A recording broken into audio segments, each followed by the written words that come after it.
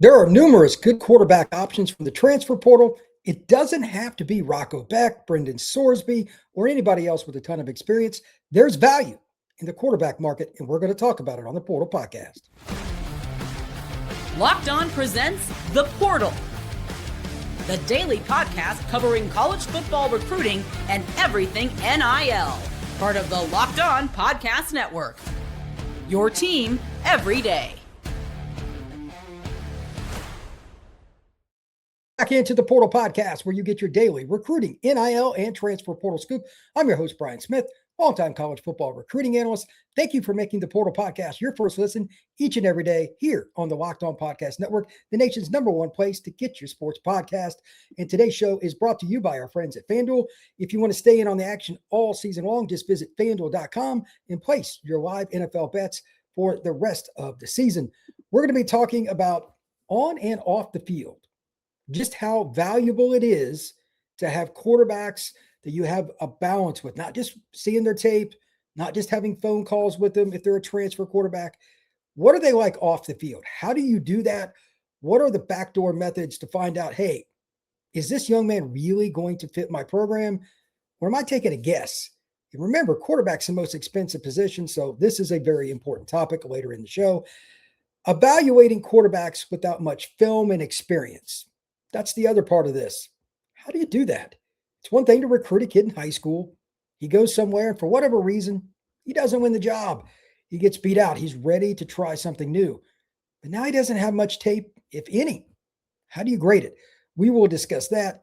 And at the beginning of the show, to kind of get into that, I want to talk about two quarterbacks that I knew from the high school ranks. Saw them play several times, Elite 11, high school games, etc. That would be Kenny Minchey and Noland. Minchey went to Notre Dame for 3 years, never started. Noland, he's a guy who went to Ohio State, then South Carolina. A couple of years, hasn't had any chance to really play. What is the deal with these kids, and what's it like to get to know young men like this off the field? Here's the key.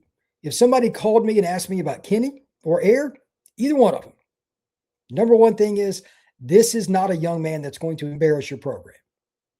Everybody wants to talk about the tape, the arm strength, the athleticism, and both these guys have all that in terms of their athleticism out of high school, what they did in high school, Elite 11, etc. That's great. But the bigger key, the number one key, if you're the quarterback, how are you going to handle yourself for that program? Fair or not, quarterback is the face of a program, even one that runs the ball a lot or is known as a defensive-minded team. Look at Georgia. They've had some pretty good quarterbacks, but Georgia's known as a defensive team. Who's the first guy that's going to get talked about on game day or any other show? It's probably a quarterback. Kirby Smart knows how to run a program, but that doesn't mean the quarterback gets pushed to the side. The media wants to talk about the quarterback. That's not going to change. So you need guys that can do that. Kenny Minchey, I can just tell you from being around him 3 years ago, Elite 11 out in Los Angeles, that's a guy that I would put my signature on in a heartbeat. Noland, I know him even better. Great guy. I've known him since he was a freshman in high school. That's a kid that would absolutely fit in just about any environment. Those are the types of kids that these coaches want. If they're going to take a chance on a guy that doesn't have much college film, that part has got to be a checkbox. And it's got to be signed off on by multiple people, from talking to people in the NIL space, college coaches, other scouts. When we talk about the guys that are transferring, they don't have much experience. One of the things that automatically comes up, what's the young man's personality like? Who are the people around them? That's the extension of it. Are they going to be low maintenance? Those are things that you just have to have. So with that, I just want to break down my thoughts on seeing those guys in high school, because again, they were always good to me. And I just want to kind of give back. Here's the bottom line. Minchey is a guy that I was told was as good as anybody on the chalkboard. That's very important. A lot of the quarterbacks that I'm hearing feedback about that are now going into the portal, it's because they can't win that battle. Your arm strength is important. Your mobility is important. Your ability to change arm angles, to look off the free safety, all that stuff's important. But if you cannot understand post-snap reads in some capacity, it's not going to work out. Kenny Minchey will win that battle. Secondarily, he's a guy that is so mobile that it's not him reading the defense, it's the defense reading him. He's a guy that can do a backflip. He's a guy that can make guys miss. He can make somebody miss like he's a slot receiver or running back. That helps. To that end, we know that he's pretty good because CJ Carr is a talented player, and he almost beat him out for the starting quarterback job at Notre Dame this year. Kenny Minchey's obviously pretty talented. If you watch any of CJ Carr, you know he can spin it. If he beat Minchey out, that tells you something. And at the same time, it tells you something about Minchey. Like, those guys are obviously talented. Now, the other part of it. Minchey made it at Notre Dame for 3 years. That's not an easy school to make it at. Academically, the kid sitting next to you is in the top 1% of his high school class, wherever he's at. Some of them were valedictorians. A lot of them probably were. He's probably going to be a good representation for you. For Noland, he's a kid out of the south side of Atlanta, College Park area. I don't think there's any doubt that he was a guy that everybody knew early. He played for Cam Newton's 7-on-7 program, etc. Everybody knew he was a special guy. He's a hooper, athlete, but he always had a smile on his face, much like Minchey, easygoing, always happy to talk to you. Give me that guy 9 out of 10 times. The only time I wouldn't take him is if you can get the Brendan Sorsby. If you can get the Rayola or something like that, and it's a perfect fit, okay, maybe. But I'm telling you, there is a lot of value in Minchey, and for that matter, Noland and several other guys. I got a few other I'll talk about in the second segment, because you're not going to have to invest as much financially, and you're going to know that you're getting good kids and the people around them are good people. That is very, very important. All these schools looking for quarterbacks, those are two that should be on their board. And here's the other little segment to this. Not everybody needs someone to start day one. Not just Minchey or Noland, but just hear me out. Some of these guys that haven't started yet, if they've got 3 or more years of eligibility, it's okay. If you take them and they're the heir apparent, you've got a guy that's going to be a 5th-year senior, don't forget about that. They'll be cool for the year behind. Now, Minchey's probably looking for a starting gig. He's got 2 years left. Noland, I think, has got 3, so that's a different deal.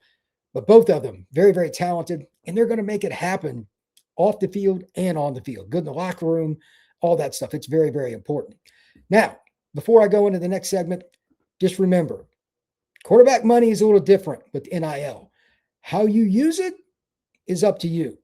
The guys that, just from talking to people in the NIL space, that do a good job, they find somebody that represents them, get a good agent, long-term deal, 2 years, etc., spread out the money with a lot of incentives. If the schools do it right and they work with the right agents, they should be able to make this work for anybody like an Noland, Kenny Minchey, etc. It won't be that hard. When we come back, I want to talk about the evaluation process. What kind of questions do I get and do other people get when a kid's transferring that doesn't have a ton of tape and he's a quarterback? You really want to see guys with experience, but not everybody plays, and that's why they're in the portal. That is next on the Portal Podcast. Today's show is brought to you by our friends at FanDuel. NFL Sundays move fast, one big play, and suddenly everything feels different. That's what makes live betting with FanDuel so exciting. You're not just watching the game, you're reacting to it in real time. With FanDuel, you can place bets as the action unfolds. Every drive, every momentum swing, every highlight moment. Live betting is at its best when the game starts to shift. A receiver gets hot, a quarterback gets hot, a defense tightens up, and the momentum flips with one big play. FanDuel lets you jump into that moment whenever you want. Live spreads and money lines will adjust instantly whenever the score changes or a player gets hot. Player props will also expand, and they will change as the game moves on. So you can bet on anything like touchdowns, drive results, totals in a game, and more. It keeps you locked into every snap, every drive, and every possibility. So if you want to be right there in the middle of the action, like the Colts play 5.5-point spread, I believe it is on FanDuel, there's a different way to look at that game than just this point spread. You can go into player props and everything else. And so you can visit FanDuel.com and place your NFL live bets all season long. FanDuel, the game moves fast, and so can you. Thank you once again for making the Portal Podcast your first listen each and every day. I'm Brian Smith. Thank you for stopping in. Please like and subscribe. And if you have not already, why don't you take it to the next level with our Everydayer Club? This is something that is a lot of fun for us because we have really grown as a network, and this is the next step for us. Everydayer Club's pretty simple. You're going to get free audio on your downloads to go. So if you're going to the gym, if you're going out to the grocery store, if you're taking a long car ride, and you just want audio without the extra commercials, $5 a month or $50 in a year. Plus, we also have a Discord, got national and local teams. You can check out all kinds of things. There's a link down in the description of this show, no matter where you're listening or watching this, that you can check out. Make sure you check out the Everydayer Club. All right. Now, how does the evaluation really work when guys don't have much film?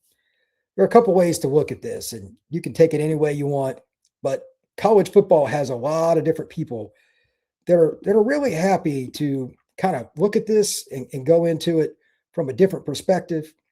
A lot of guys are, shall we say, not really, what's the word I'm looking for? They're not really going to go out there unless they trust that guy. They really trust that guy. And a lot of people like Kenny Minchey, for instance, he'll probably get a few from Notre Dame, but it's not just that. They're going to go and they're going to talk to high school coaches. They're going to talk to the people that train Kenny or anybody else. There's a couple others here for an example. Aaron Philo, Georgia Tech's quarterback. He's in the portal. He broke all kinds of records in the state of Georgia, goes to Georgia Tech. He's been behind Haynes King. That's kind of rough, but he's in the portal.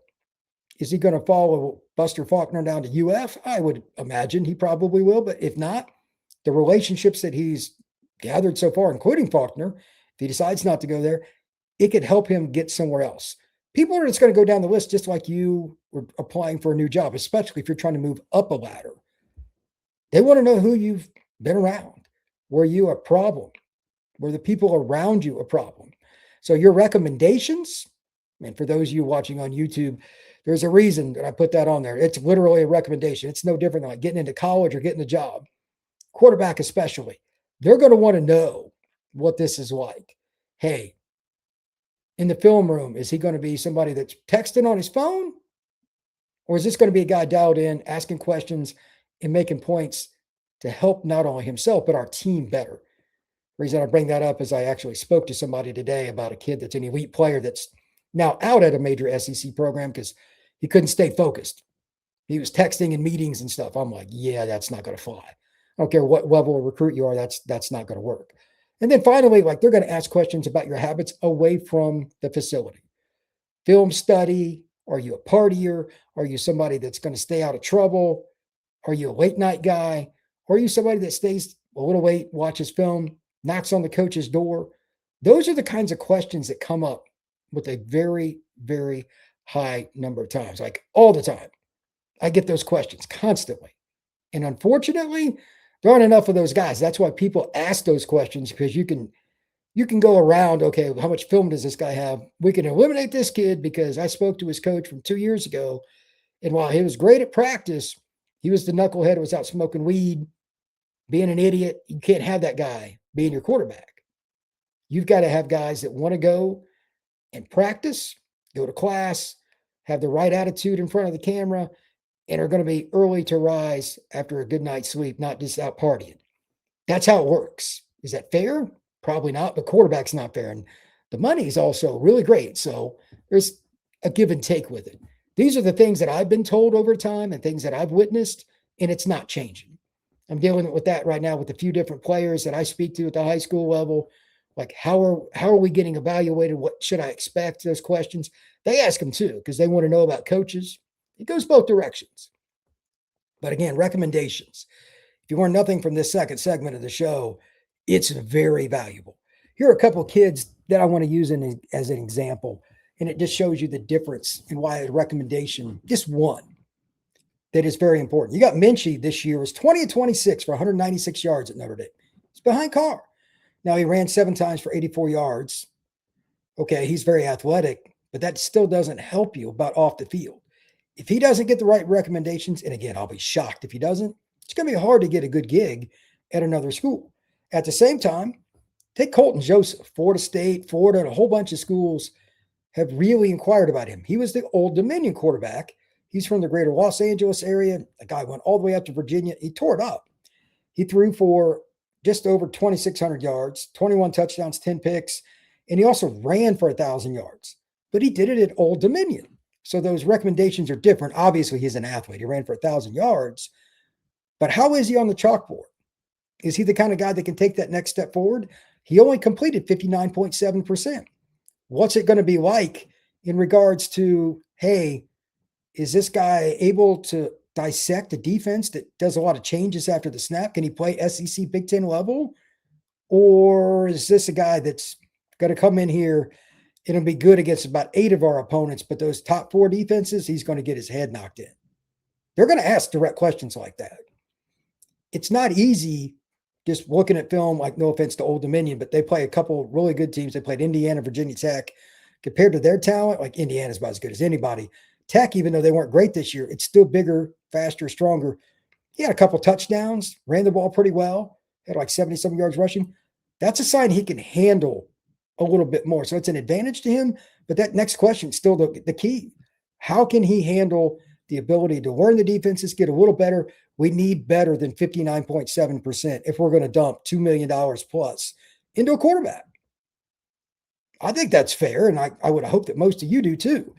To that end, one more guy, and this may be the most fascinating player, depending on how you want to dissect it, in the transfer portal this year. Drew Mestemaker, the quarterback coming out of North Texas. He's a redshirt freshman, didn't start in high school at Vandergrift High School down in Austin, Texas, but goes to North Texas, and Wardaway knows what's going to happen with him. 6'4", 210 pounds. 292 of 416, 70.2%, led the nation with 4,129 yards, 9.9 yards per attempt, 31 TDs, 7 interceptions. As a redshirt freshman who never started in high school, his upside's through the roof, and I think most people expect him to follow Coach Morris over to Oklahoma State. That's the guy that was at North Texas. But like anybody that's inquiring about him, they're going to have those questions too. Okay, it wasn't elite competition all the time. He could obviously spin it. How can he handle those things? He's still going to get those questions or the recommendations because the money that's being talked about for him is ginormous. It's not going to be the same for Kenny Minchey. It's not going to be the same for Aaron Noland and some of these other guys that haven't played a ton, or even a guy like Jaden Craig, who was at Harvard. I don't know how you grade him. He threw for over 2,500 yards this year, but he was at Harvard. All these questions about the back end, how he acts, what's going on, that's huge, man. That is absolutely huge. So people that don't look at it from a perspective of broad don't get it. There are a lot of people that can examine film and understand, but when these guys don't have a ton or they're from a lower level, it's different. You have to ask different questions. You have to investigate differently to get any kind of availability of what he's going to do. Like, is he capable? Is it going to get him not just a little better, but is he going to take that major step up? Any of these guys, pick whichever one you want. So that's what it's really all about. Before I end, let's go into the comments here. Katie, let's see. Of the 5 million one and done quarterback is upon us. Oh, okay. The year of the 5 million one and done quarterback. I'm curious. Will anybody make $5 million? It's possible. Reportedly, and I certainly don't have insight on this, but Drew Mestemaker allegedly turned down $3.5 million to go to Indiana. I don't know if that's true or not, but that's a lot to turn down. Some other quarterbacks Colton Joseph, Ford and Florida State, and other schools looking at him, he may have played at Old Dominion, but if you got those schools looking, that number could be $3 million. Wouldn't shock me. What about a school that is really close? They think they've got a lot. Look at Lane Kiffin at LSU. What if he could get the Arizona State quarterback or Raiola or something like that? What could that total be? LSU reportedly has deep pockets, and for those that haven't heard, this is unique. Our guy Matt Moscona over at Locked On LSU brought this up.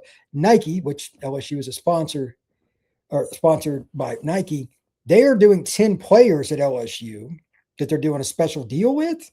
Different sports, not just football, but that stuff's going to come into play. Now that Nike's doing it for LSU, there's going to be maybe Miami does Tennessee, or Adidas does Tennessee and Miami and A&M, etc. Notre Dame's Under Armour. This is unique. We'll see if some of that ends up coming into it. I think some of the backstories this spring and early summer will be fun with that. I think there's going to be a lot of different people that get involved to try to get, as Katie says, the $5 million quarterback for 1 year. It's possible. I don't necessarily like it, but I could certainly see it. Brendan Sorsby at Texas Tech, I think he'll make about $4 million this next year, if not more. I think he's the safest of the top end guys. Sam Levitt should be up there pretty high. Rocco Beck, I was texting Rocco a little bit ago. He's a guy I knew when he lived in Tampa and I lived there. Great guy. There are so many good players that are in the portal that are quarterbacks. It just depends on the fit. And again, the evaluation to find what they're going to do, that's a big part of it. He also says the era of the one and done is upon us. There you go. The portal has completely blown up the quarterback myth of the student athlete. Here at Miami, Mario's 20+1 and done portal players a year don't even attend classes. That's funny. Wouldn't be surprised by anything. What's going on, Raymond? Hope all is well, my friend. There are a lot of kids that are skipping class. I ain't going to try to get into that. That doesn't surprise me. I'm curious, though, which guy is the first quarterback to set the market too. This is where I'm going to leave it today. Is there going to be anybody that truly sets the market? And what I mean by that, if it's Sorsby, he's probably going to Tech. His girlfriend is transferred there and he's from Texas. If it's Tech, is it $4 million or more? And how does that impact somebody else like a Dylan Raiola or a DJ Lagway or a Colton Joseph or a Rocco Becht? Because some schools may have to pay a little more if Tech is the first one. Just something to think about. What else we got here? Katie. Carson Beck got a lot more than what was advertised. Wouldn't be surprised by that either. You can get money behind the scenes too. There's also deals on the side. So that initial contract's not everything. Keep that in mind. With that, I appreciate everybody stopping in. Truly enjoyed another show talking about quarterbacks and some of the players that I know. But I wanted to give insights on how the portal process works for some kids. And the ones without experience, man, that is complex. What goes on off the field is very important, and how those backdoor conversations transpire, that is also a part of it. Thank you very much for making the Portal Podcast part of your day. Please like and subscribe. We will see you again soon.